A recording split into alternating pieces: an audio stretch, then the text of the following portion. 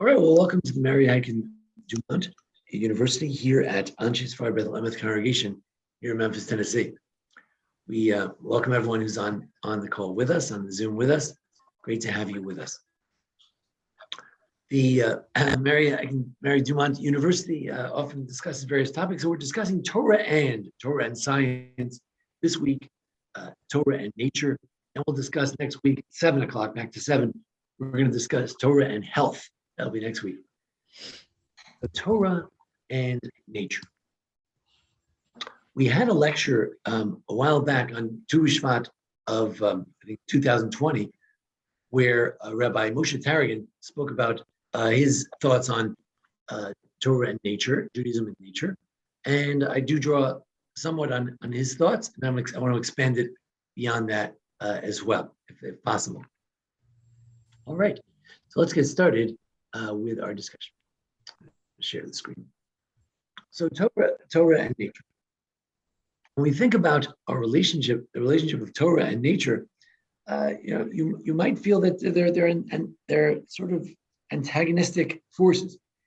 Natural world, anything goes. Whatever's natural is good. If as long as it's natural, then it's fine. If that's what goes on in nature, it's good. You say that, in nature, the big fish swallows a small fish, so that's natural. So that's the way it goes. And Torah seems to be guided by morality, etc. But we're going to show tonight that there's a deep relationship between Torah and nature. It's interesting in Hebrew. When I was, Googling it and looking for things about it, the word teva, nature. We think of nature in terms of natural world. We also think of the great outdoors. The forest, the animals. In Hebrew, the word teva, it relates to the idea of the natural versus the supernatural. I'm not sure it relates so much to nature as in, the beautiful trees outside or something like that. So just a little note about the Hebrew aspects. So we're going to talk about 4 relationships of nature to humanity. Number 1. What's the relationship of the Jew to nature? Nature tells the glory of God. The heavens declare the glory of God. The sky proclaims his handiwork. You see a beautiful vista. You see the Grand Canyon, a great lake, a great ocean, a great wave. We see the glory of God, and the skies tell of the glory of God. We don't see the sky today. We have a lot of light pollution. When you actually see an actual sky, you see the wonders of the heavens. It's inspiring. It tells us about the glory. Or as we say, Borchi Nafshi, and we mention it every morning as well. Oh, how many things you have made, or how great are your deeds, oh God. You made them all with wisdom. The world is filled with your creations and things that you acquire, that you put your stamp on. So certainly there's an inspiration that comes from nature, no question about that. This is fairly obvious. I just want to start with this.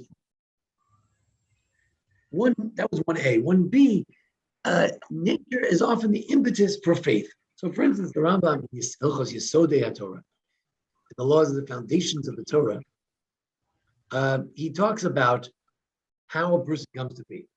How may one discover the way to love and fear him? The person will reflect concerning God's works and God's great wonderful creatures. But he must make thorough study and will behold through them his wonderful, matchless, and infinite wisdom. Will spontaneously be filled with love, praise, and exaltation. So from nature, a person becomes filled with exaltation, become possessed with a great longing to know the great name. We're going to talk about that later, the longing to God. Even as David said, my soul thirsts for God, for the living God. And we will think of all these matters, and we take him back in a moment and stricken with awe. So he moves from love to awe. So nature both inspires love. Oh, look, God is so wonderful. Look at all the things he made. And then awe.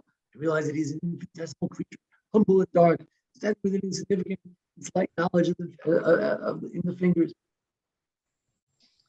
And of what use is man that will remember him in the harmony with these matters, etc. So the nature as an impetus for faith, both love and the fear. And apropos to that, the smallness of the human being. When you see the vastness of the universe, right? How many billions of galaxies are there? How many billions of planets are there? Right? And how small we are just within this little galaxy in which we live. It's unbelievable. And this is very much brought out in Job. Right? Job has a problem. He says, I don't understand God. How come bad things are happening to me? So he says, what? You don't know anything. The world is so vast. The creatures are so magnificent. And what do you know about them? Can you draw out Leviathan by a fish hook? Can you press down a tongue by a rope? Here's his jaw with a bar. Do you have any one like percentage of the power that God has to deal with the powerful forces of nova and supernova and suns and all that? Do you have any idea what sort of power, what sort of powering intellect I have and ability over you? You want to understand the universe. So nature makes us feel small and reminds us that, all right, we don't have all the answers to all the questions about God. We're not going to. Job tells us, we have no way of knowing everything. Smallness of the universe. And I thought Rabbi Joel made an excellent point. And we talk about morality in nature. So, as Rabbi Chia, we turn to the Gemara in Eruvin 100b. Rabbi Chia said, what is the meaning of that which is written? Who teaches us by the beasts of the earth and makes us wiser by the birds of the sky? Who teaches us by the beasts of the earth? That is the female mule, which crouches and urinates, from which we learn modesty. Right? The mule teaches us modesty and make us wiser by the birds of the sky. This is the rooster which first cajoles and then mates with the hen. So you learn some things about human modesty behavior from these different creatures. And Rabbi Yochanan, more famously, in the next statement, says, Torah. If even the Torah had not been given, we would have learned I could have learned modesty from a cat. Gazelle, I could have learned not to steal from an ant. Arayot Yona, I could have learned modesty of not leaving your spouse from a dove. Derech Eretz, Targol, how to copulate and all that from a chicken, and book. So I could have learned all these things. So in other words, what's our relationship to nature? Nature educates. There's morality in nature. After all, Proverbs 6, go learn from the ant. Lech on the malatzel. You lazy, no good Nick. Go learn from the ant. See the ways of the ant and learn something. As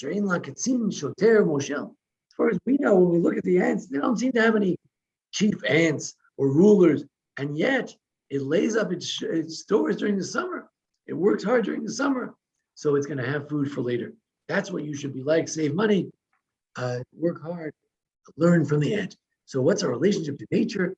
We learn morality, we learn goodness, we learn how to be the right type of person from nature. So here I want to go beyond Rabbi Targum a bit, because not only do we learn morality in general, we also learn what a moral being God is as well. Psalm 147, toward the end of Psalms, we say it every morning, God gives food to the beasts. The ravens brood what they cry for, right? So when the raven's brood is crying, they go, squaw, squaw. All of a sudden, somehow, there is a worm, whenever you feed ravens, there's something that for every animal, every creature, there's something out there to feed them. As we say in Psalm 104, which is all about nature, or how, right, Nathan Greenblatt once put it, it's how the wicked people ruin nature. Everything was beautiful until the wicked people came along. He says, all of them look to you, all the creatures look to you to give them their food when it's due. They expect, right? The lion roars, he expects that he wakes up, there's going to be some zebra, you can go eat them. the birds go out to look for stuff, and then there are going to be worms in the ground for them to eat. Den lam yil kotun, give it to them. They gather it up. Tiftach yadcha yisbun tov. Open your hand. They are well satisfied. Every creature that's alive is satisfied. I mean, there's some who don't get anything; they're dead. But those who are alive, they always have something to eat. God makes the world that and the anthropic principle, right? That everything in the world is the way it should be, so that animals, people, birds, trees, everything can live and breathe because God provides for all. So it shows the morality, the goodness of God. How do we know God is good? Not just from the Torah. We know it from the fact that there are living creatures on this earth, and God provides for them. Or we say in the morning Psalms, God does justice for those who were wrong. God gives bread to the poor, to the starving. God lets those who are prisoners, he sets them free. God restores the sight to the blind. Lord makes those who are bent stand straight. Now, you say to yourself, well, where does God do that? When does God do that? Any thoughts? How do we know that God does that? God watches over the stranger. He gives courage to the orphan and the widow, makes the path of the wicked tortuous. How do we know that God cares about the hungry, those who are prisoners, blind? Anybody?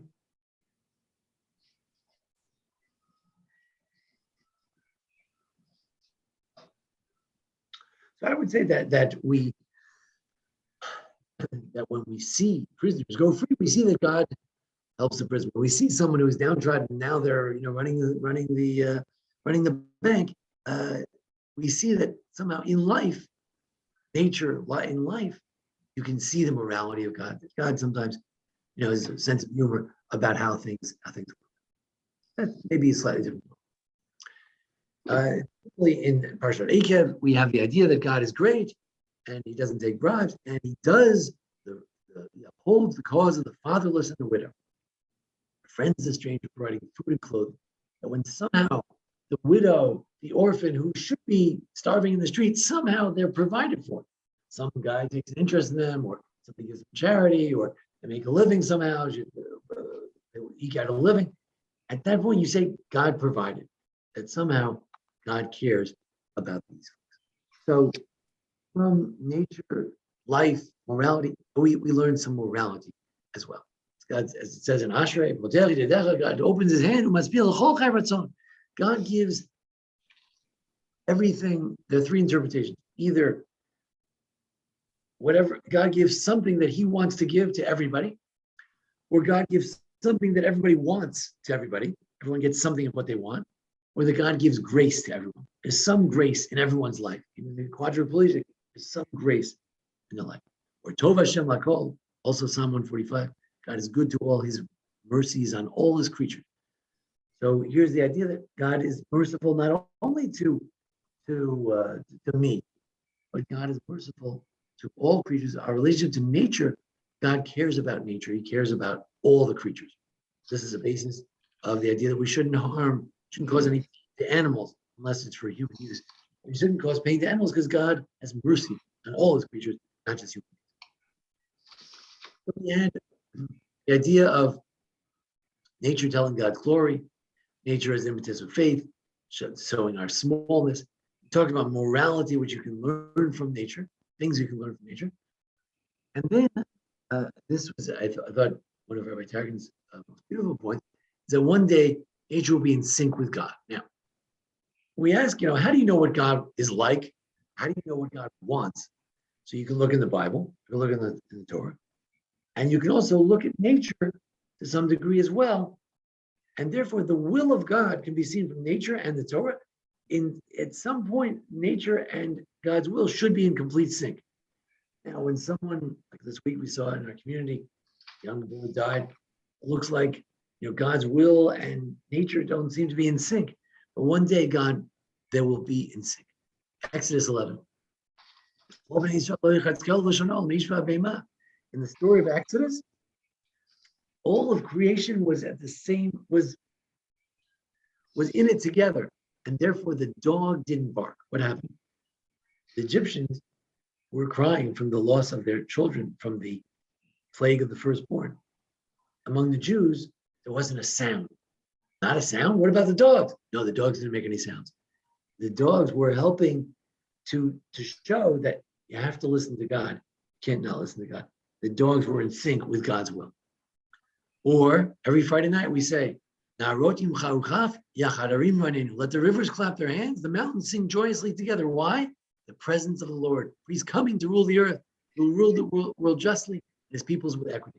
When God comes to rule the earth, the rivers will clap their hands. The mountains will sing together. Everything, all of nature will be happy. The grass will smile a little bit more. Rabbi Soloveitchik said that his grandfather said that, how do we know when Mashiach comes? That day the grass will just be a little greener than it usually is. Everything will be more beautiful. The sun will shine a little better. Somehow there is a dream of a day when all of nature will sing together harmoniously in sync with God's will. We say it in Hallel regarding the splitting of the sea, right? In front of whom does the sea tremble? Tremble, alert, the presence of the Lord, the presence of the God of Jacob, who turned the rock into a pool of water, a flinty rock into a mountain. So, why does the sea? What did the sea see that it ran? It saw the God is coming. It moved aside. There is an idea that one day nature will reflect God even more than it does today. Good. Now I'd like to talk about something that Targum did not talk about, and it's in this wonderful book called The Emergence of Ethical Man by Rabbi Joseph B. Sullivan. This is really one of the most radical books he ever wrote. And some people, so much so that some people even say that that maybe the book shouldn't have come out because the book is perhaps expresses some ideas that are more radical than what he wanted to publicize. That maybe that's why he never publicized it in his lifetime. It's a posthumously published book. And there's some ethical problems with publishing something posthumous. But in there, he makes a very interesting argument. And let's take a look. I think he wrote it about 1960. Now, around 1960, there was a lot of interest in nature and vegetarianism and getting back to nature and things like that. So it may fit into that as well. Let's take a look again at that slide. So he claims that we are part of nature. For instance, in Genesis, it says, and man called the animals and all the birds, he called them names, but he couldn't find one that was fitting for him. So, he related to all the creatures. What does it mean to call someone a name? Oh, you're a bird. Your name is Joe. Your name is, hey, buddy. Hey, sweetie. Everyone has a name. He went over to the animals and he called each one a name, meaning there's a relationship of human being to every species. Rabbi Soloveitchik, the Rav, we are part of nature and outside it. Our job is to transcend it, but we are part of nature as well. How do we know? Look at this first 7 days of creation, right? Why did God create the world and describe the world in the way he did? Again, according to Rambam, Rashi, all the commentaries say Torah is not there to tell us exactly how the world was created, but it does describe a process in which there's a parallel between the trees being told to be fruitful and multiply, the animals being told to be fruitful and multiply, and the human beings being told to be fruitful and multiply, as if we're all part of one continuum. So he says the idea that somehow there's this tension between the body and the soul, and he says, what nonsense. Look at the Bible. There's a continuum between the human being and all the creatures, from the lowest to the highest. The Rav, based on the book Family Redeemed, someone wrote the following: both humans and animals belong to nature. Both sprang forth from the soil. Right? We say, Hamotzi lachem min haaretz. Where does the bread come from? From the ground.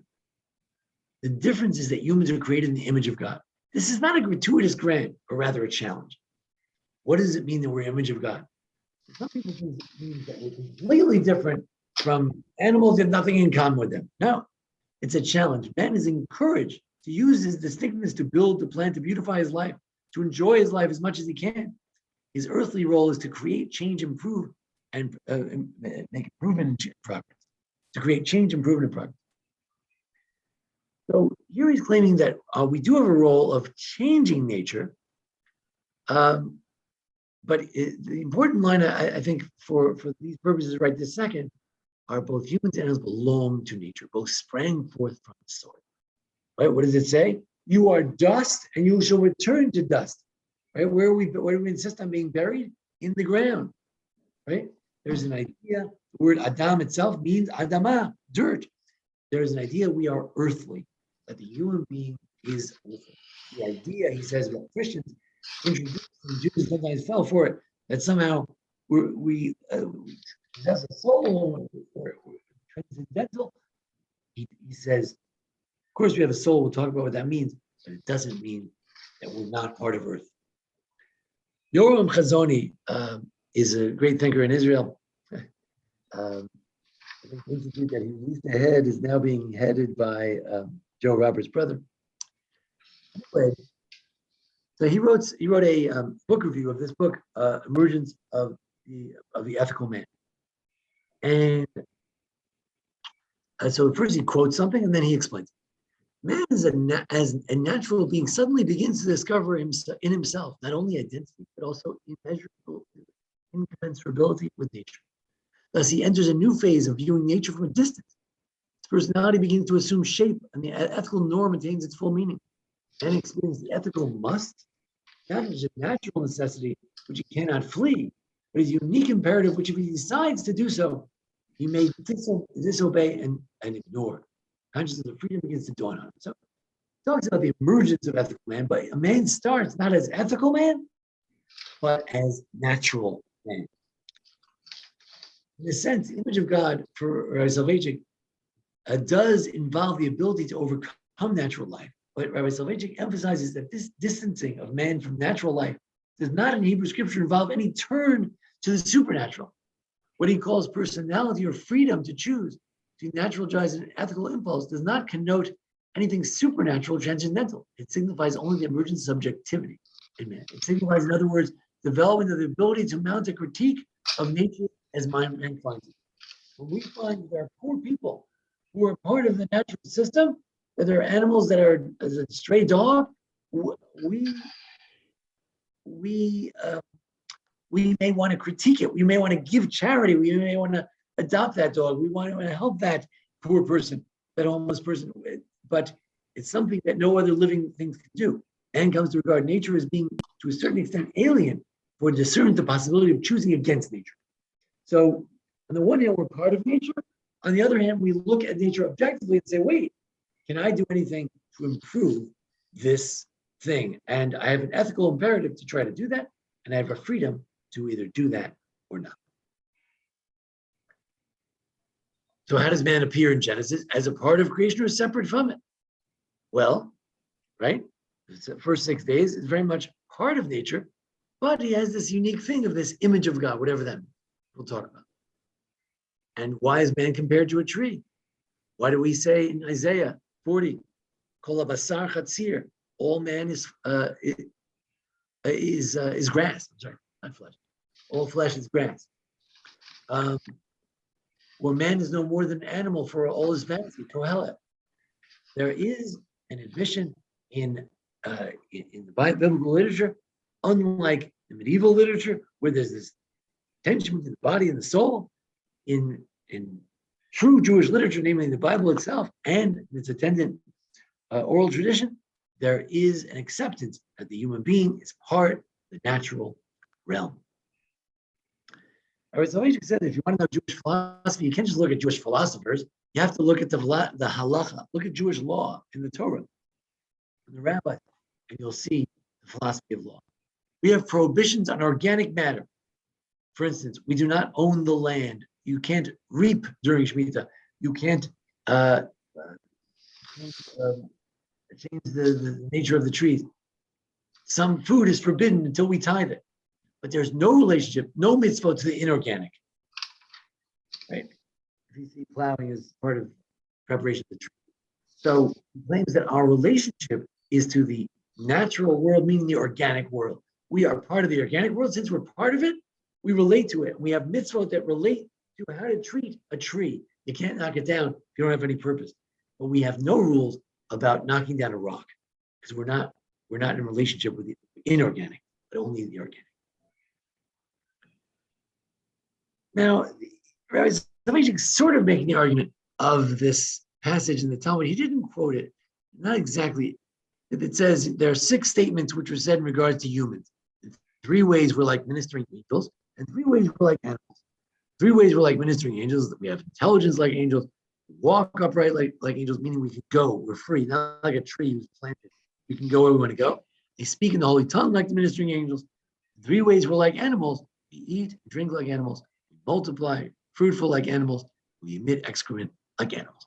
So, all right, Soloveitchik is pointing out that the latter point, that we are part of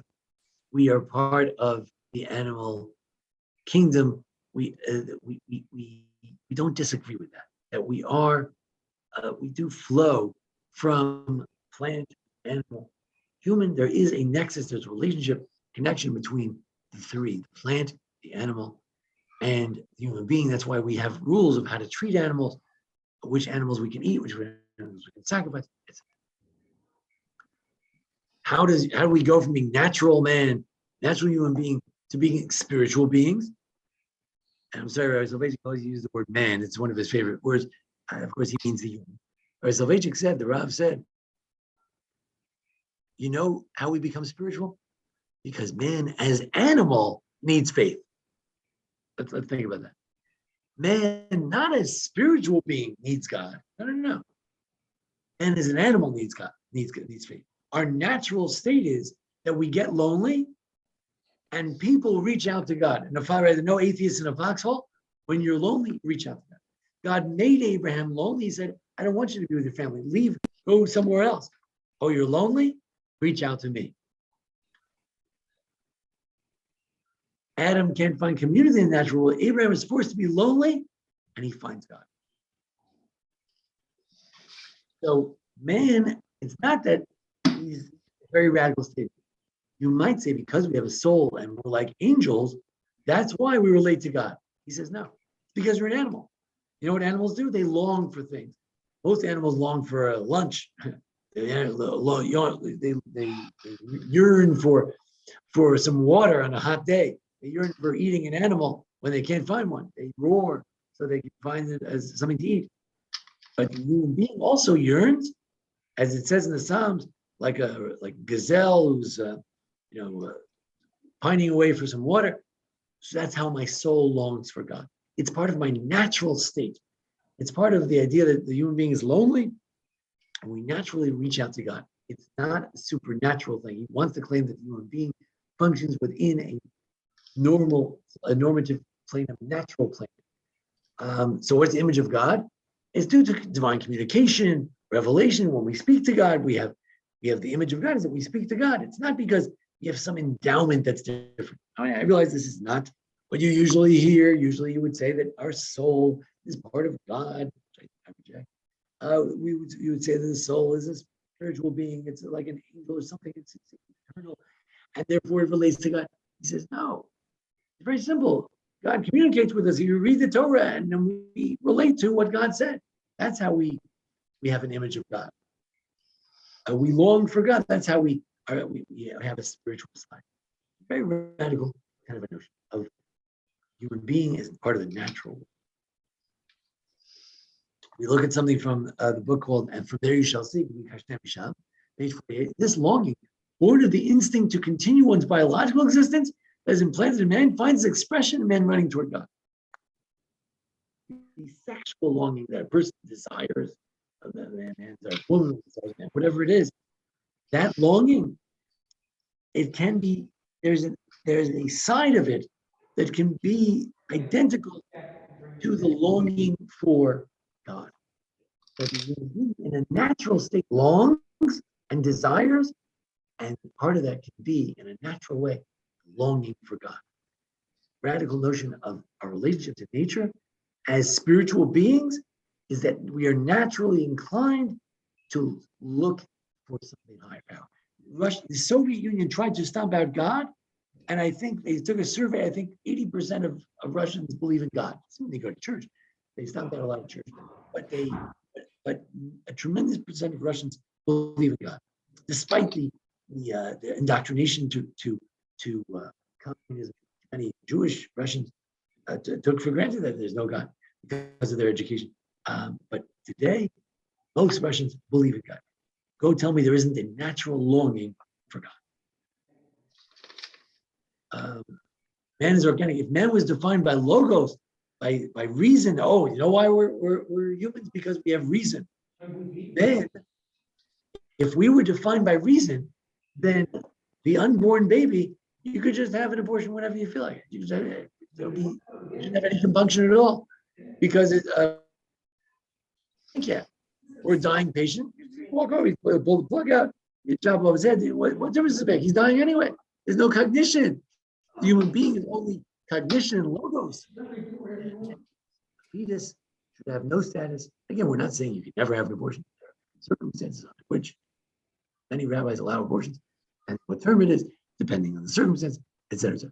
But the idea that you can just wantonly destroy a fetus, no. Why? After all, it doesn't have logic. It doesn't think. A dying patient at some point is basically a vegetable. But we say that human being, something that has the structure of a human being, his eyes, nose, and ears, and he's dying, he's still, it would be murder to kill him at that point.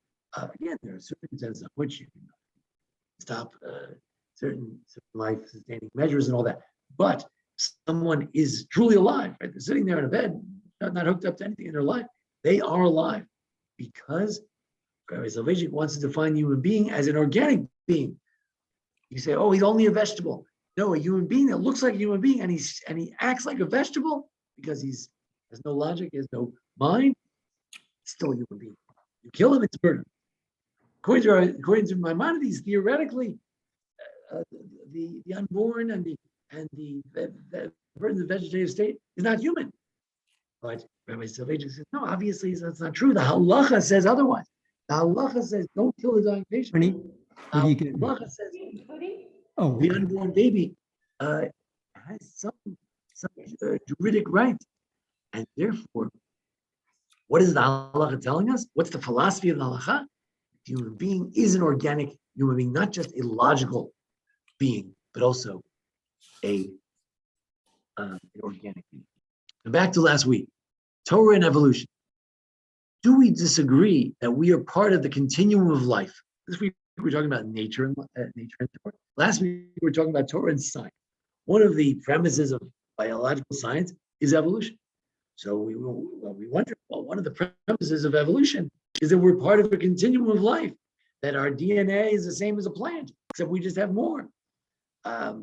So do we disagree with that? Are we offended by the notion that there's a connection between us and a monkey? So Rabbi Soloveitchik would say, what? Absolutely not. We're not offended by that at all. We do not disagree that we're part of the continuum of life. All right, so those are the 4 points. We are part of nature. One day we'll be in sync with God. The morality we learn from nature, and faith we learn from nature. But now, some ands, ifs, or buts. So far, we're very pro-nature. There's a whole book about the emergence of ethical man. Posits the notion of the human being as very much connected to nature. However, limits of nature. So someone once said, I'm not sure, I thought it was maybe C.S. Lewis, I'm not sure. We started by saying the heavens sing the praises of God. So it may sing God's praises, but it doesn't tell you what to do. It doesn't command. In other words, you look at nature, you say, that's nice, beautiful tree. It doesn't tell you, so what should I do in my life? What am I supposed to do? C.S. Lewis was a Christian apologist, so we agree with him to the extent that he's making apologetics for religion, that's good. But to the extent that he's describing Christianity, that we have to skip those chapters. So in the 4 loves, you have to skip the last chapter, but the other 3 chapters I was taught by my teachers that it's good to read. So he says there, if you take nature as a teacher, She will teach you exactly the lessons you had already ceased to learn. So I'm not sure you're going to deceive. But anyway, in other words, nature does not teach. That's what he says. Nature does not teach. Now, the question is, isn't this an overstatement? We said in Proverbs is not true, that we can learn from nature, but it can't tell us everything, right? You can't paskin a shayla, you can't answer every halachic question or quandary or query you have because you look at a tree or you look at the cosmos. So it does teach us some things. And Rabbi Yochanan said, if we're really smart, we could have learned everything. But there's a lot of things that we don't learn. I don't know, maybe not. Maybe I threw this out to some colleagues and said, well, who said this? He said, it's not what Rabbi Soloveitchik said. We can learn, but there could be some limitations. Or someone described Psalm 19, begins by saying the heavens declare the glory of God, and the sky proclaims his handiwork. And at the end of the psalm, it says, and from the arrogant men or willful sins, keep your servant, and save me from either arrogant men or willful sins. Save me from sin. Let them not dominate me, then I shall be blameless and clear of grave offense. If you can save me from sins, I can't do it, but could you help me not do big sin? And then I'll be clean, and then I'll be great. So, in other words, that's what God can do. The psalm is talking about the glory of God, but the glory of nature cannot forgive you. It's only God that can forgive you. Nature can't forgive. It can't love you. It can't support you.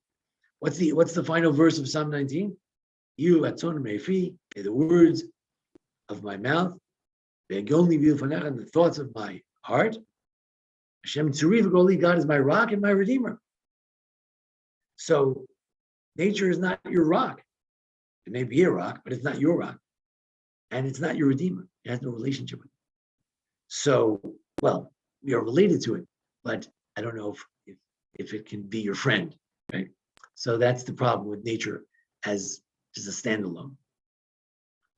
Then there's the idea which we alluded to earlier in different writing of Rabbi Soloveitchik, we have to redeem nature, especially for one good example, as he describes in the book Family Redeemed, is the notion that we have to redeem the sexual drive.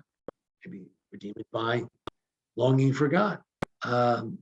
We have to redeem it by getting married, having children, fulfilling the divine commandment to be fruitful and multiply. But again, it can go off in a direction that's negative. When we have a desire for Torah. We have anger, directed toward the shechita, the punishment of the wicked. We have jealousy, directed toward those who learn more Torah than you do. So you try to learn more Torah because you're jealous of those who learn more Torah. So we have to redeem these natural tendencies we have.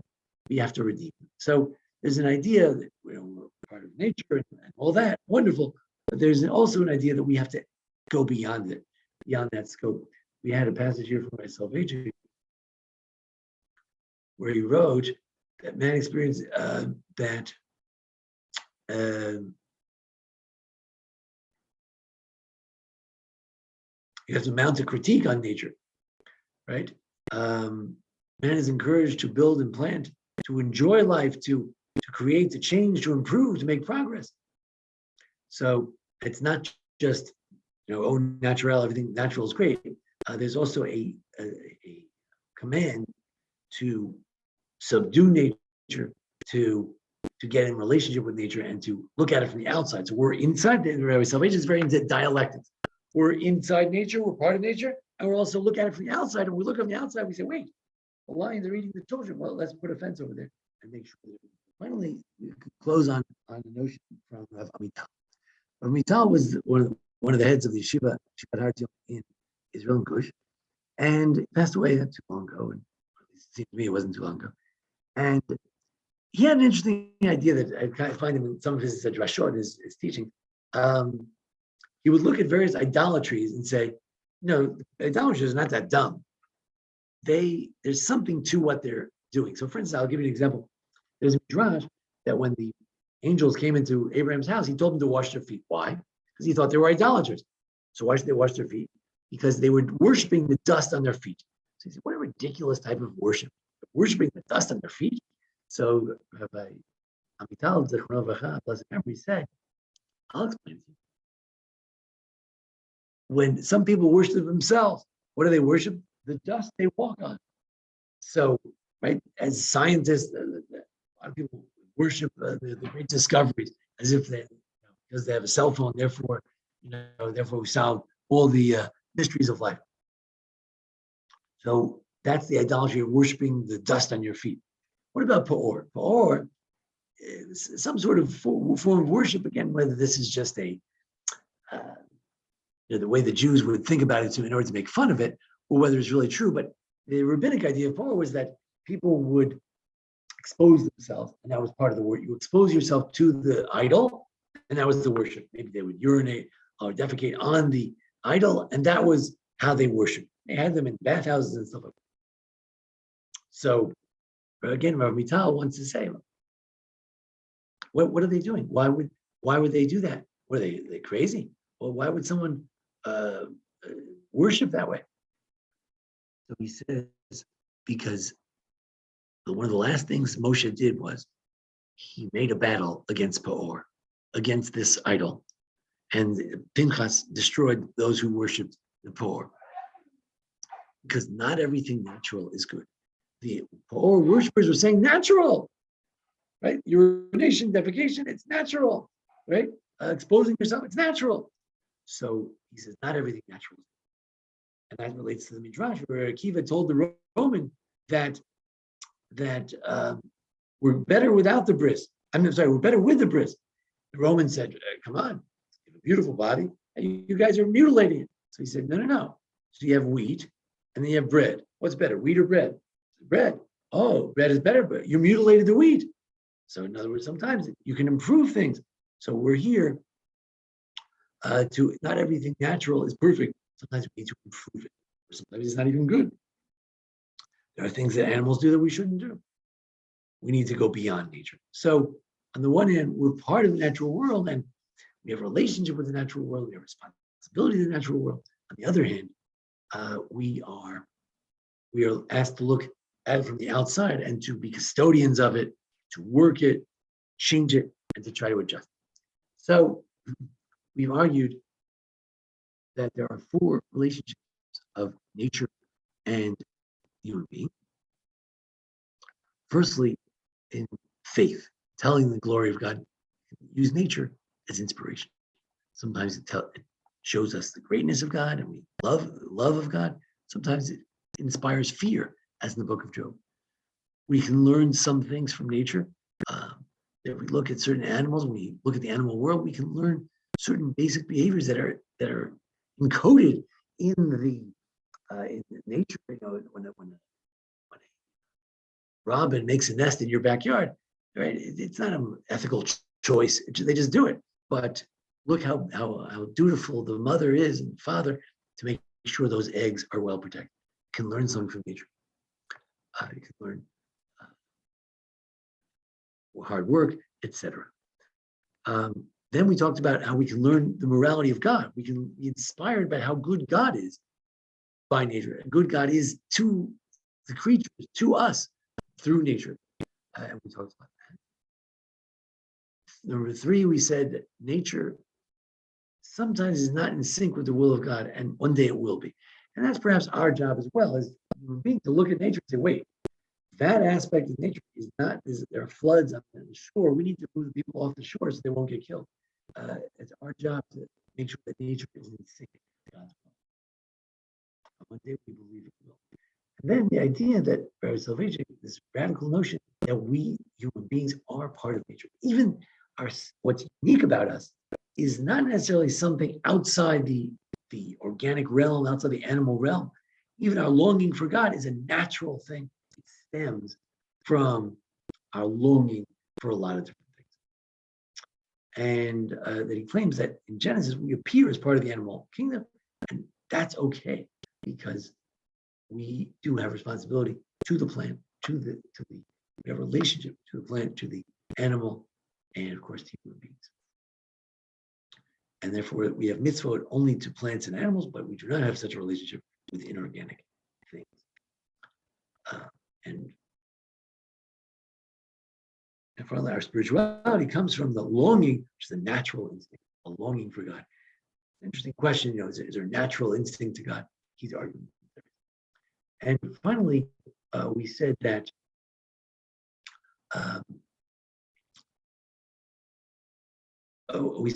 there are limitations to nature. Perhaps it can't teach you everything. It's going to be ambiguous as to what it teaches.